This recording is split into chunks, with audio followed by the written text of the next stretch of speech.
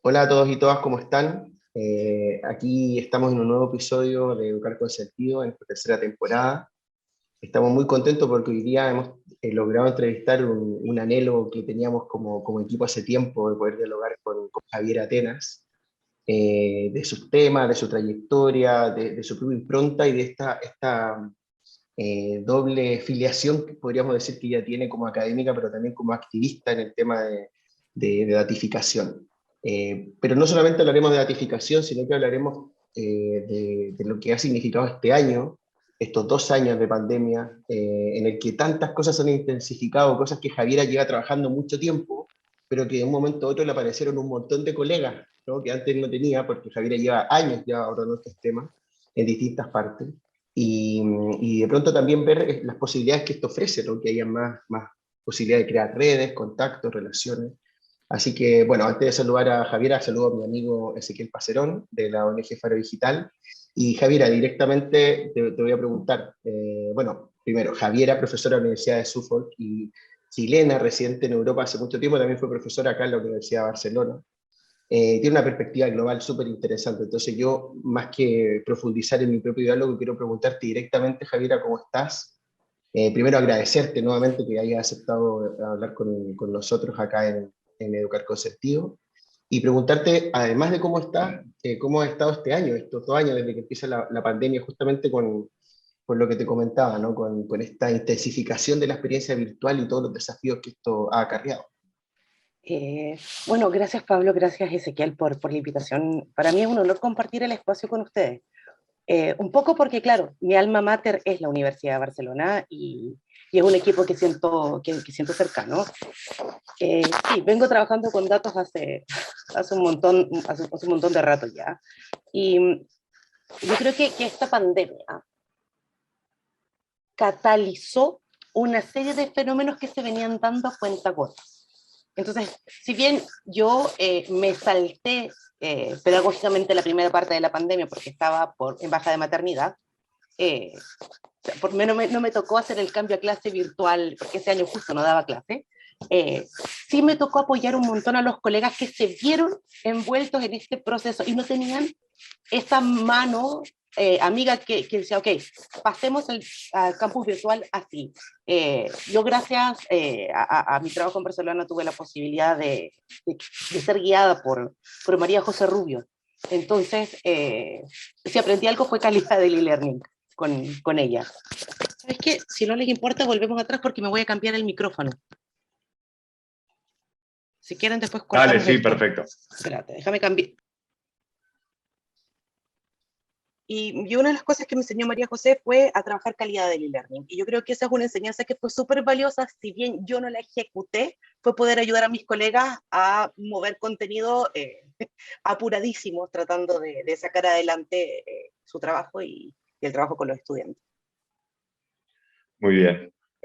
Javiera, conversábamos un poquito antes de empezar sobre la importancia del trabajo de la datificación, de hacer un análisis reflexivo, un análisis crítico, pero también te comentábamos nuestro interés por intentar divulgarlo, ¿no? Que llegue a las escuelas, poder conectar lo que pasa con la academia, con lo educativo en clave educación primaria, secundaria.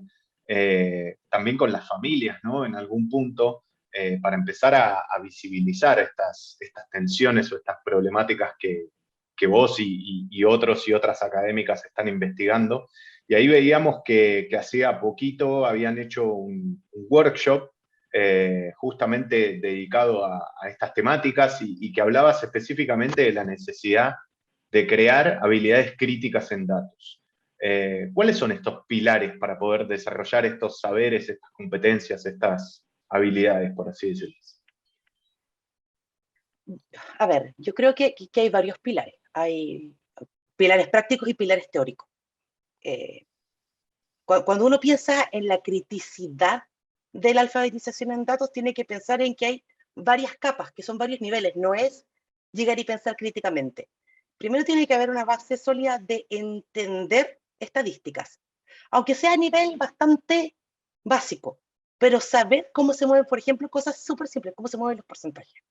cómo se mueven las medias, cómo se mueven las medianas, cómo cambian los flujos de opinión, por ejemplo, cuando uno describe información con datos. Yo creo que por ahí va la primera capa. La segunda es entender cómo la información se usa para manipular o para generar información. Y cómo se usa esa información para generar opinión. Entonces, si bien uno piensa como alfabetizar en datos solo como una base más que nada numérica, tiene que pensar que hay un componente bastante humanista detrás. Y es el generar diálogo y generar entendimiento a través de números. El número es un reflejo de una opinión o de un análisis. El número no se genera por sí mismo. Y eso tiene que ver con todo el trabajo en general de datos, desde un análisis de una encuesta política hasta la generación de un algoritmo. Todo lo que pasa a través de un dato tiene no tiene neutralidad, tiene política detrás.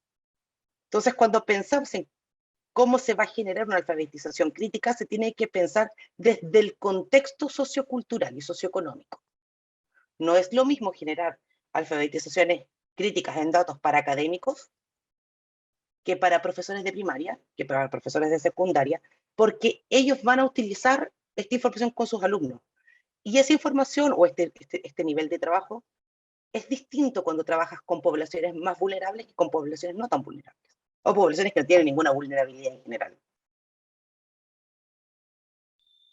Javiera, antes de continuar con los temas, quiero profundizar en esto que acabas de decir. Me parece muy interesante lo de las capas. Quiere decir que tú no concibes una experiencia crítica sin la presencia de ambas capas, porque por otro lado pienso que a veces muchos nos quedamos más en la perspectiva más crítica, filosófica, ¿no? Teórica del problema, pero tenemos como una cierta barrera a entrar a la comprensión de los datos, ¿no? En general el algoritmo en sí.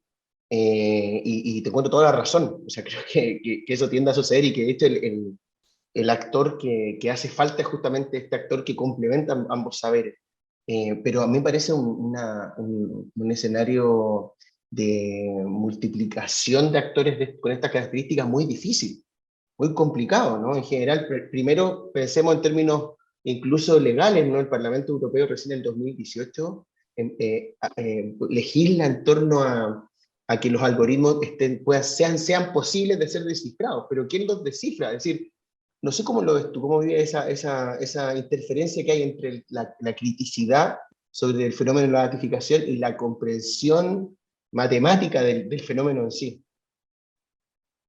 A ver, es difícil de explicar, pero cuando pensamos en una profesión, por ejemplo, los periodistas, cuando uno piensa en los periodistas que nunca tuvieron ninguna formación numérica, mucha gente entraba a estudiar periodismo porque, ahí no hay números, de repente se dieron cuenta que el periodismo se compone de historias de datos y se genera una nueva rama de la profesión que se llama periodismo de datos y que básicamente son los que han estado exponiendo todas las tramas de corrupción en los últimos años.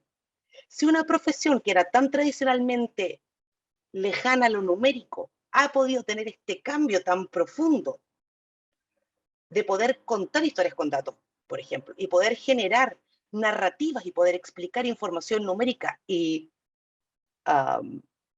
ponerle en un lenguaje que el lector puede entenderlo. Creo que cualquier otra profesión puede llegar a hacerlo. Pero hay dos tipos de bajada acá, por ejemplo, y esto es un análisis que hicimos por un estudio, parte del trabajo que estamos haciendo actualmente con el equipo, sobre todo en Alemania, de mirar los planes de estudios de métodos de información, o sea, métodos de investigación y los programas de Data Science, los programas de maestría en Data Science. El componente de ética y de crítica sobre el concepto de datos, desde la recopilación del dato, desde la obtención de un dato, hasta la generación, en el caso de ciencia de datos, de algoritmos para poder catalogar o, digamos, determinar ciertos patrones para poder entregar o dictaminar algo, es casi cero. Cuando uno mira los programas de Data Science, de los másteres en Data Science, casi no hay ética. El componente ético es escaso y en métodos de investigación no pasamos nunca más allá del obtener consentimiento informado. Lo que se haga con el dato luego del consentimiento casi no se discute.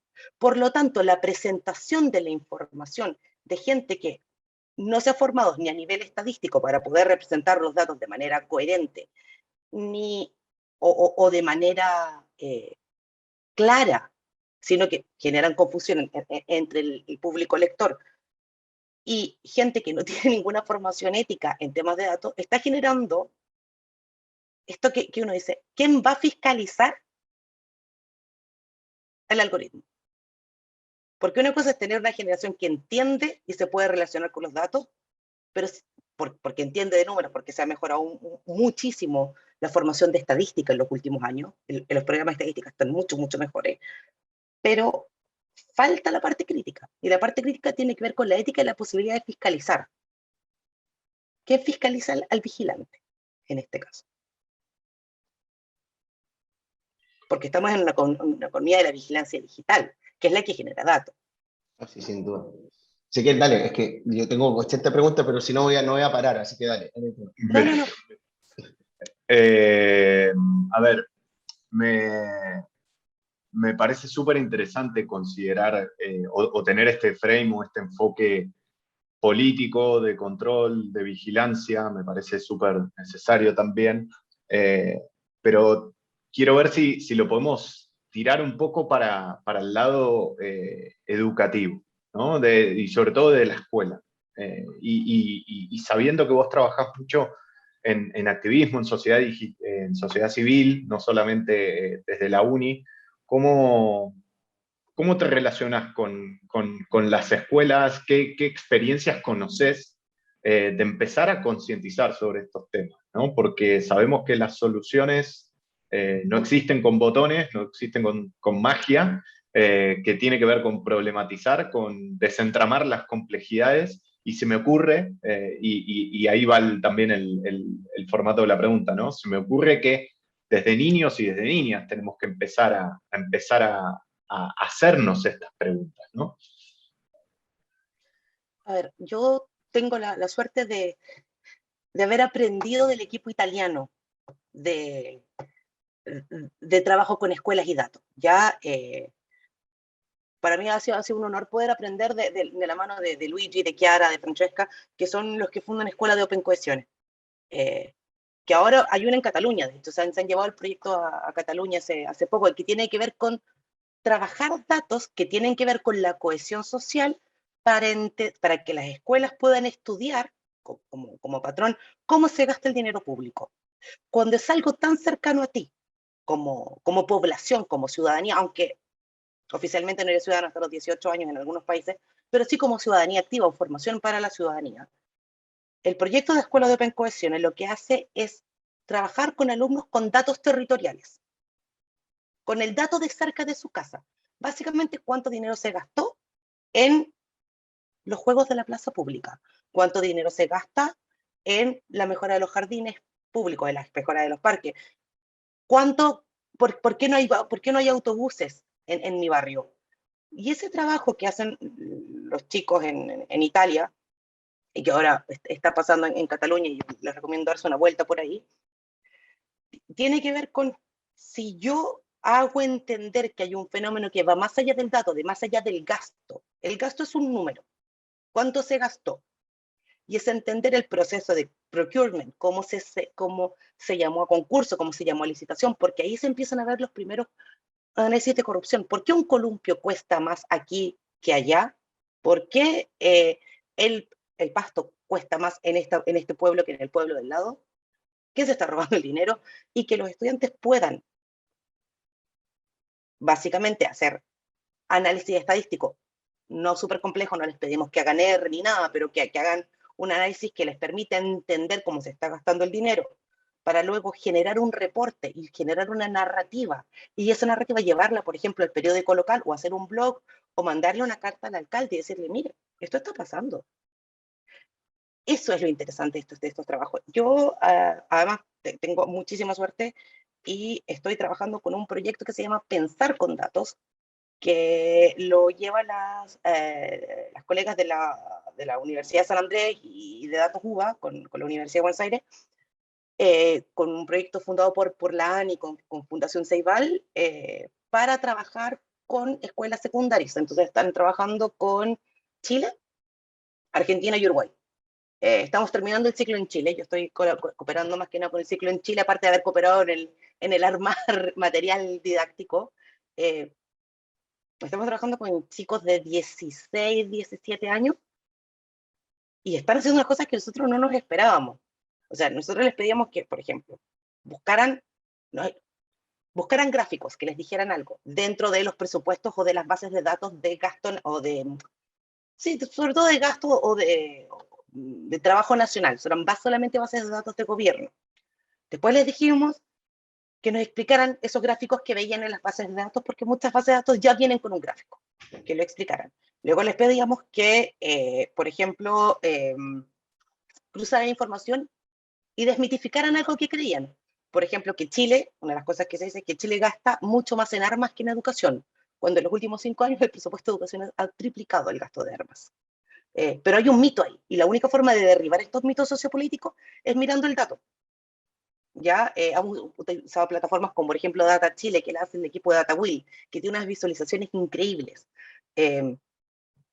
Y lo que pasó, por ejemplo, que no nos esperábamos, es que empezaron a cruzar datos. Empezaron a cruzar datos de Uruguay, Argentina y Chile, por ejemplo, en el presupuesto de gasto de educación.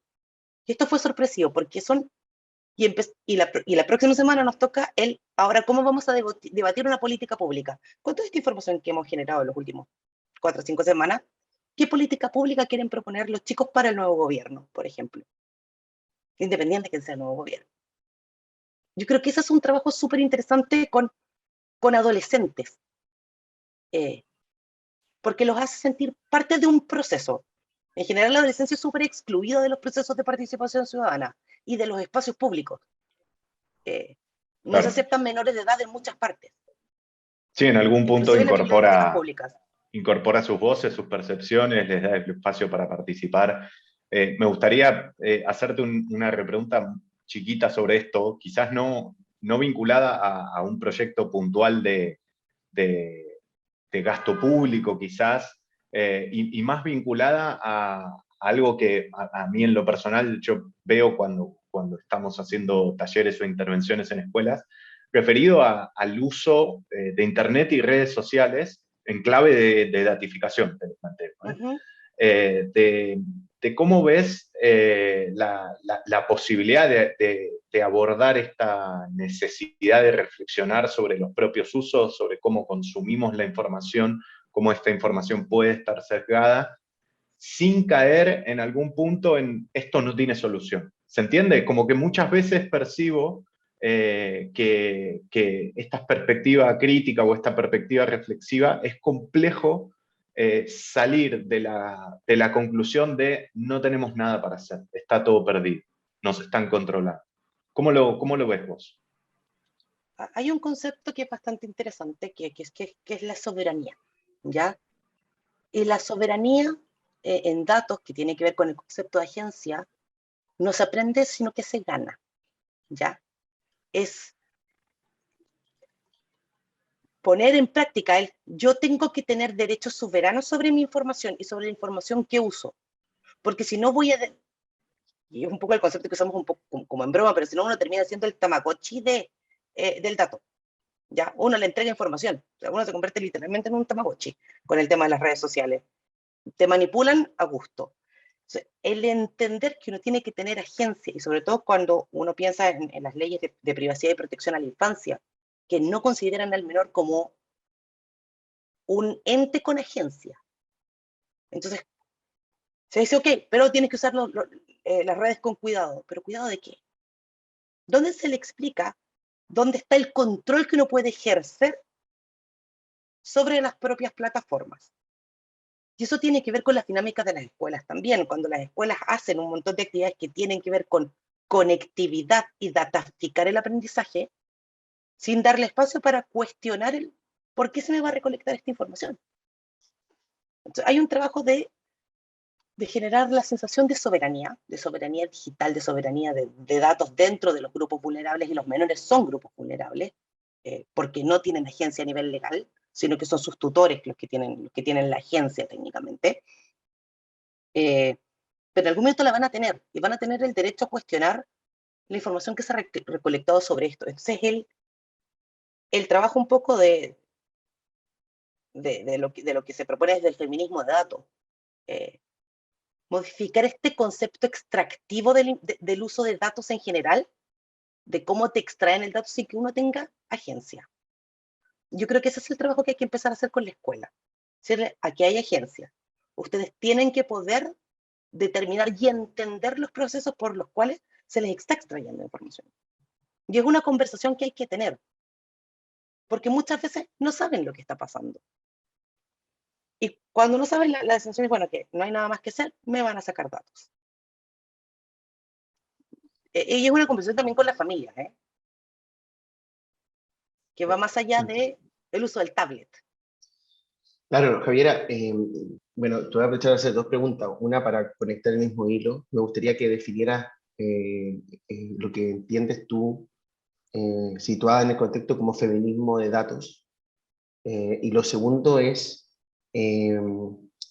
aquí en España, bueno, hay una corriente que existe en general, ya Ben Williamson, que tú conoces, bueno, ya está trabajando acá, algunos lo estamos trabajando acá, Geosaura, hablan de que la incidencia de estas grandes tecnológicas en la política educativa se da a través de la filantropía, ¿no? Y la filantropía en cierta medida ha consistido en dotar de dispositivos a las escuelas, dispositivos que de otra manera sería difícil generar de una forma pública. Hay excepciones como Uruguay, pero en general siempre son en base a acuerdo.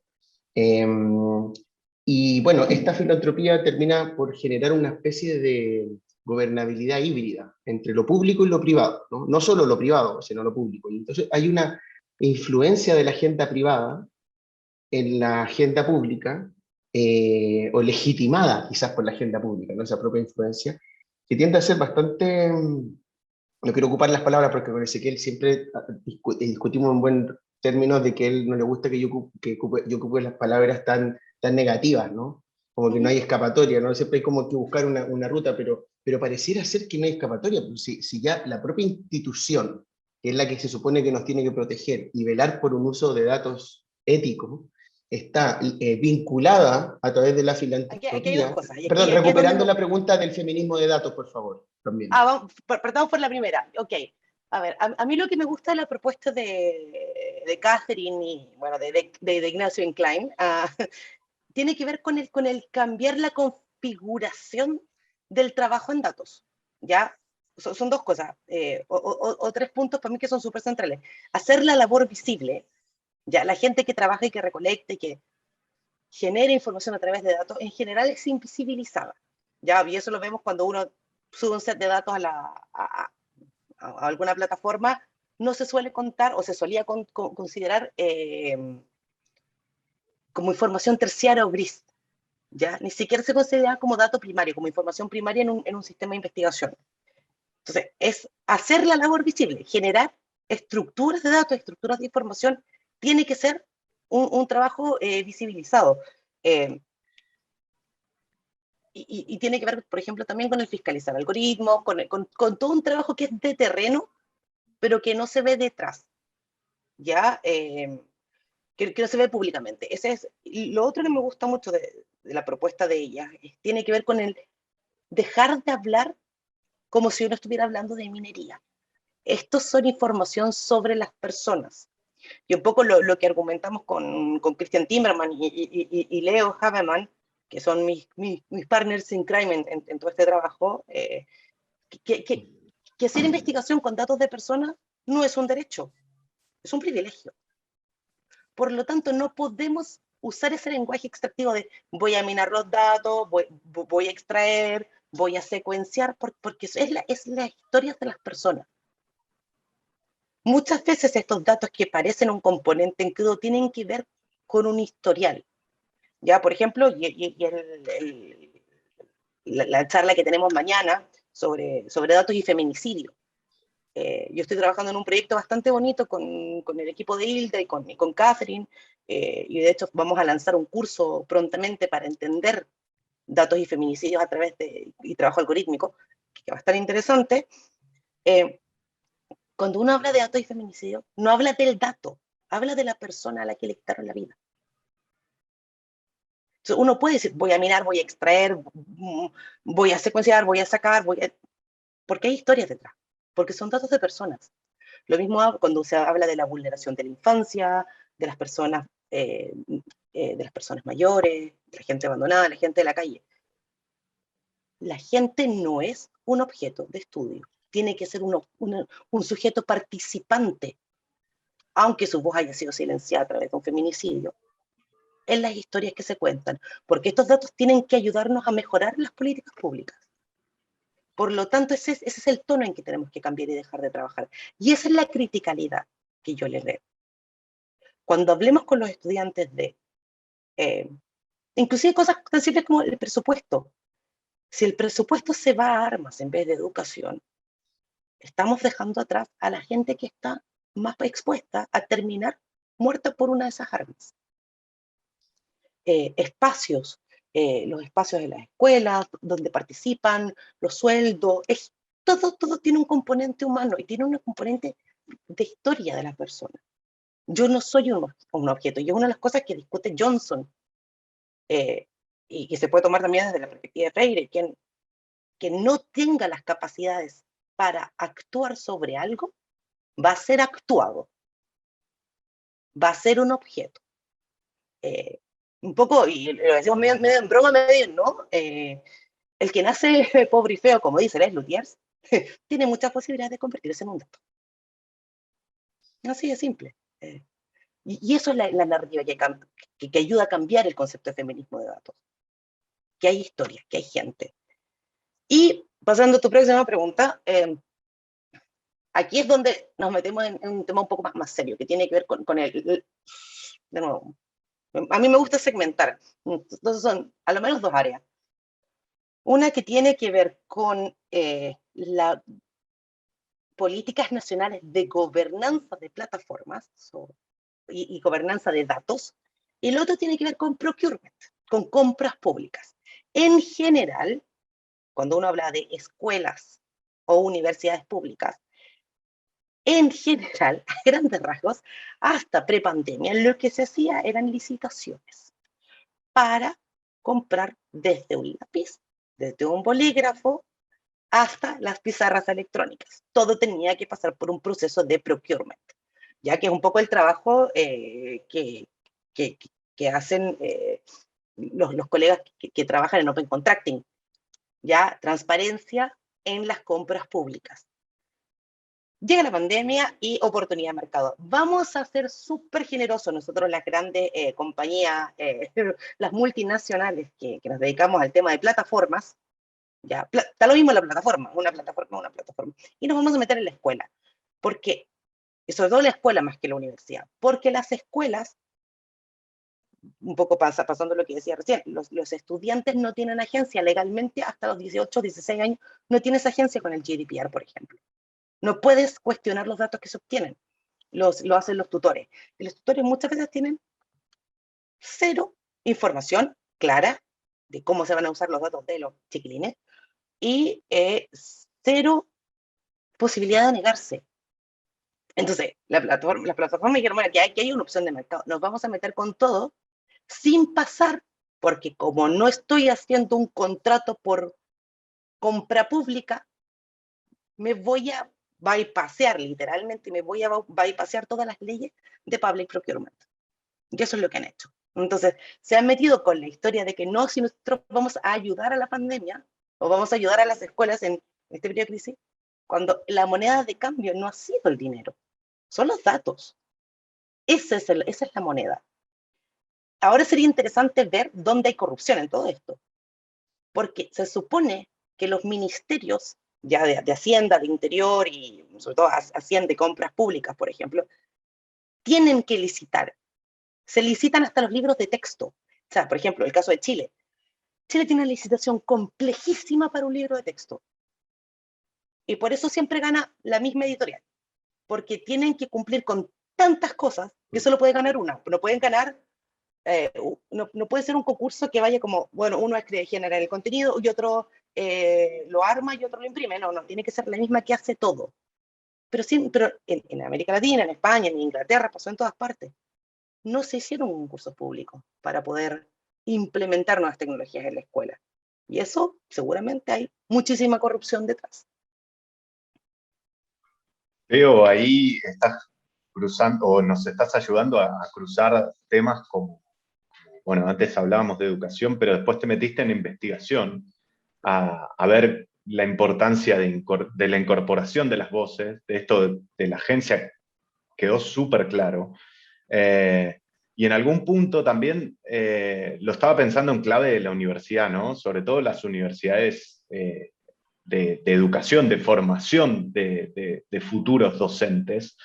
Y me preguntaba si en algún punto estos procesos que vemos que suceden con los datos, que suceden en Internet, en las plataformas digitales, entre comillas, este pasaje mediático del broadcasting al networking, si no puede o debe también implementarse también en las pedagogías, ¿no? Sobre todo desde la formación docente, y que tiene que ver con esto de, ante tanta inercia por una mayor concentración y centralización de todo, cómo poder descentralizar para poder crear los espacios para darles agencia, ¿no? No para darles agencia, justamente lo contrario, para que puedan ganar agencia, ¿no? Ahora,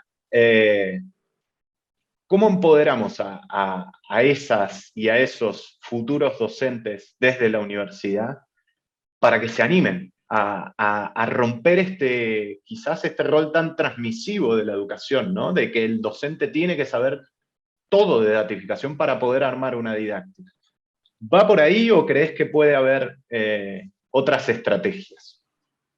Yo a mí me carga cargarle la mano al docente, porque ya, o sea, hasta el accidente de tránsito lo tenemos que solucionar los profes, y sobre todo los de la Sí, escuela, o sea, todo el mundo te dice que en la escuela se debería hacer, y uno los mira llegando a diciembre que ya les tiembla el ojo, o pobrecitos. Eh, eh, yo creo que ahí hay un rol, sociedad y escuela. Hay un trabajo, y es un poco mi clásica tirada de oreja a la sociedad civil. Yo trabajo con la sociedad civil de datos en América Latina. ¿Ya? Mi área de trabajo, yo dirijo la parte de educación y datos para ILDA, y trabajo de forma muy cercana con la sociedad civil, desde Open Contracting, que se dedican a compra pública, hasta la gente de escuela de datos, la gente de aquí, la gente de feminismo. La sociedad civil tiene una posibilidad de ir a la escuela y decir, tenemos estos proyectos, nos gustaría colaborar y no cargarle la mano al profe, que es un poco lo que hace Monitor Italia, ya que colaboran con las escuelas, que apoyan económicamente a las escuelas que hacen proyectos de datos, porque no le podemos decir a los profes, además de todo lo que tienes que hacer en la vida, te vamos a meter un curso más sobre datificación, sino que tiene que ser, la datificación sí puede ser un componente en los procesos formativos del profesorado, y una de las cosas que logramos meter en el nuevo posgrado de formación del profesorado universitario que dirijo yo acá en Suffolk, tenemos un par de semanas para discutir datificación, pero claro, yo como programa, o sea que también es fácil para mí hacerlo, pero tiene que ver con, sobre todo en secundaria, tiene que ver con el trabajo de la sociedad civil. Y es para, de nuevo, relacionar a los estudiantes con los problemas del medio. Ya no podemos pensar simplemente como, los estudiantes tienen que ver con el tema a nivel global y dónde está el cataclismo de la crisis climática a nivel global, cuando ni siquiera pueden entender lo que está pasando en su misma área. Contaminación del agua, contaminación lumínica, exceso de CO2, exceso de contaminación, mala retirada de basura. Sí, la sociedad civil puede trabajar a menor escala con proyectos, y por ejemplo, con algún fondo municipal, eh, que no tenga que ser, o con algún fondo a nivel de generalidad o de región o de ciudad, ahí se puede trabajar con los profesores. Pero tiene que haber alguien que los apoye, no se puede esperar que lo hagan solos. Es mucho. Ya tienen suficiente lo que sí se puede hacer con los profesores es generarles espacios para reflexionar sobre la agencia y de cómo diseñan actividades pedagógicas que tienden a medir rendimiento en vez de aprendizaje. Yo creo que por ahí hay una discusión interesante para tener con los profes, porque todo esto, por ejemplo, del blended learning y del hybrid learning, tiene que ver con cuánto tiempo yo permanezco conectado a una plataforma, cuántos quiz respondo, cómo interactúo con un espacio digital, y eso me es una métrica de performance. y quien está mucho rato conectado tiene una performance más alta, y que no se dice que está desconectado, desenganchado de la clase. Cuando se está midiendo conectividad y clic, no se está midiendo aprendizaje. Esa es la reflexión que a mí me gustaría hacer con el profesorado ahora en esta excesiva dataficación del aprendizaje, pero son líneas distintas. O sea, ¿cómo se puede decir? Una cosa es trabajar con datos, y la otra es cómo es tu trabajo con los datos para poder demostrar aprendizaje, porque no te están dejando mucha opción, porque se ha metrificado y se ha cuantificado tanta la educación en general, que hay muy poco espacio para el portafolio reflectivo, porque ¿cómo marcas engagement con eso en una plataforma? Es ese juego. O sea, yo no tengo todas las respuestas, ¿eh? Si no, no estaría trabajando, estaría escribiendo un libro y no dando clases. Bueno, me tienes más respuestas que muchos, y muchas. Yo, para ir terminando, antes de terminar, de hecho, quiero preguntarte algo que tú nos comentabas también, y más allá de que cuando publiquemos la entrevista compartiremos un conjunto de posibilidades de alfabetizarse, yo quisiera que nos mencionaras alguna donde tú particularmente crees que hay que poner atención. Yo sé que tú estás conectada con Latinoamérica, pero también aquí estás conectada en el Estado español, en Cataluña, con muchas iniciativas. No sé, de cara a acceder a una alfabetización viable, simple, para que el profesorado lo pueda utilizar, el estudiantado, tanto de secundaria a primaria, ¿a qué ONG, organización tú crees que está haciendo un trabajo que vale la pena ponerle el ojo? ¿Qué institución, qué iniciativas te llaman la atención en el frame que tú controlas, donde pudiésemos alfabetizarnos en este uso justo y crítico de datos? A ver, yo creo que para partir fácil, Formal o la informal, escuela... ¿eh? No, esto es casi todo informal. Yo creo que un buen material para partir es escuela de datos. Y como todo el material es abierto, se puede traducir, adaptar. Son guías súper prácticas. Obviamente está esta escuela de datos en castellano, pero está School of Data y la versión francesa, y hay una versión alemana, y cada uno va adaptando el material eso es como para partir de base. A mí me gusta mucho, mucho, mucho el trabajo que hace la gente de Escuela Open Cohesiones, y ahora que en Cataluña está ahí, utilizar ese mismo protocolo, porque tiene un MOOC para formar profesores, pero además como los challenges para trabajar con los estudiantes. Eso yo creo que es una forma fácil de partir. Ya cuando uno quiere ponerse a pensar ya en un tema un poco más pesado, pensando en explotación algorítmica, en discriminación, tal, está el material que armamos nosotros con el equipo de Datapraxis, que ahí hay material en castellano también, y que si lo quieren adaptar al catalán, la licencia es no comercial, o sea que lo que quieran. Eso, ahí Pero yo creo, accedemos a la página de Datapraxis, tal cual. sí, tal cual. Y creo que tiene que ver un poco como pensar en quién es tu público y qué actividades qué quieres hacer, y buscar a la sociedad civil correcta. O sea, si quieres hablar de gobernanza de datos, está todo el trabajo que hace Marc Garriga, por ejemplo. Creo que se llama de Datum, ¿no? Perdón, Marc, pero no me acuerdo del nombre de la organización. Pero ellos tienen un trabajo importante en gobernanza, y la Generalitat de Cataluña tiene un trabajo importante en apertura de datos, apertura de la información y gobierno abierto. Yo creo que uno de los espacios críticos para el profesorado universitario es participar en los planes nacionales, en las mesas de gobierno abierto. Porque básicamente lo que mueve el gobierno abierto son los datos. Y eso te permite decir, ok, aquí hay un problema de participación. O sea, lo que dice el gobierno abierto es participar. Entonces, me puedo llevar a mis estudiantes universitarios a participar en las mesas de discusión de educación, porque hay una muy, muy baja participación de académicos o de docentes en general en las mesas de gobierno abierto, a excepción de que sea el docente de política pública. Ahí es como que la escuela de política pública siempre está. La escuela de educación suele faltar. Entrar a las redes de gobierno abierto. Yo creo que ese es un buen portal, porque ahí colitan las necesidades del Estado, las necesidades del gobierno en temas de estudios con datos, y las propuestas de la sociedad civil. Y ahí es cuando uno puede agarrar a una organización de la sociedad civil y decir, vente a mi clase la próxima semana porque podemos hacer un proyecto.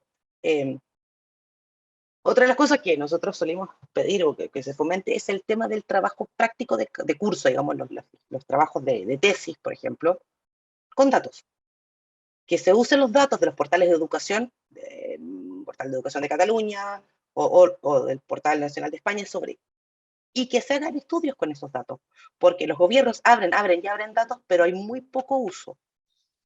Y en la academia, uno de los beneficios de decir que tengo este set de datos, bueno, voy a proponer que los estudiantes de grado hagan tesis o de posgrado hagan tesis con estos datos. Porque esa es una forma de generar masa crítica alrededor de los datos. Y cuando ese futuro docente aprende a usar estos datos para hacer ese tipo de investigación, su trabajo final de grado, por ejemplo, va a llevar esa reflexión a su trabajo como docente. Totalmente, Javiera. Bien, bueno, agradecerte de corazón por tu tiempo, por compartir. Creo que terminó siendo un diálogo súper fluido y muy rico todo lo que nos dejás para la comunidad que nos sigue, que está interesada en estos temas y que muchas veces nos falta esto, los recursos, las maneras, lo que está detrás de todas estas cuestiones que muchas veces parecen muy técnicas, pero nos queda claro que son cuestiones educativas, políticas, que hay que problematizar y que en algún punto a nivel general como sociedad hacernos cargo, ¿no? Bueno, todas estas herramientas que generamos y que hay que aprender a convivir con ellas y me parece que esta filosofía de incluir la voz de las jóvenes, de los jóvenes y de las personas que participan de las investigaciones es algo central. Así que agradecerte muchísimo, mandarte un abrazo y preguntarte si te quedó algo más para decir, porque creo que sí. Sí, Minuto me quedó de una oro. cosa en el tintero. Me quedó una cosa en el tintero, que en general es lo que intento promover. Cuando se hacen conferencias de datos, intentar meter una mesa de educación. O sea, a mí ya es como, ya viene, así como que la mesa de educación, como ya viene esta. Claro. Pero claro, uno no hace la mesa solo, se trae a la gente de, por ejemplo, Ciencia Abierta, que ellos tienen protocolos súper claros y súper interesantes de hacer ciencia ciudadana, trabajando con datos, trabajando de forma abierta. Y lo mismo cuando hay conferencias de educación que hablan de innovación didáctica, innovación docente, tampoco hay mesas de datos. Yo creo que el desafío de la gente que le interesa, aunque no sepa tanto, ya, porque todos partimos así, es como, ¿qué es esta cosa que puedo utilizar por acá? Ahora hay proyectos súper interesantes que están saliendo. Por ejemplo, está el proyecto donde está Linda Castañeda, el Dalí. Está Linda, está Dani. Sí, tal cual. Hay gente haciendo cosas súper interesantes. Está todo los varios proyectos que hay en Italia. Armar una mesa. Decir, oye, mira, no te conozco, pero supe de tu trabajo, me gustaría que mandáramos una propuesta a este Congreso de Innovación Didáctica, porque esa es la forma de meterse en el sistema. Y lo mismo al revés. Bueno, va a haber una conferencia de datos y política pública. Hola, somos el equipo de educación de la UB. Queremos ir a sentarnos. Déjenos entrar. Así uno entra y así hemos tenido unas mesas increíbles en espacios donde, ¿qué hacen estos profes acá? ¿No deberían estar corrigiendo pruebas ustedes?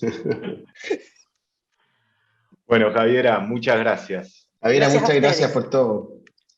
Y nos vemos Seguimos. ojalá en febrero. Sí, y de hecho, no, decirte también a todos que Javiera es una persona muy activa en Twitter y que ahí está siempre actualizándonos de sus novedades, de su participación, está siempre muy dispuesta a dar conferencias, así que recursos para conocer más de Javiera están disponibles en las redes sociales. Muchas gracias. Gracias a ustedes.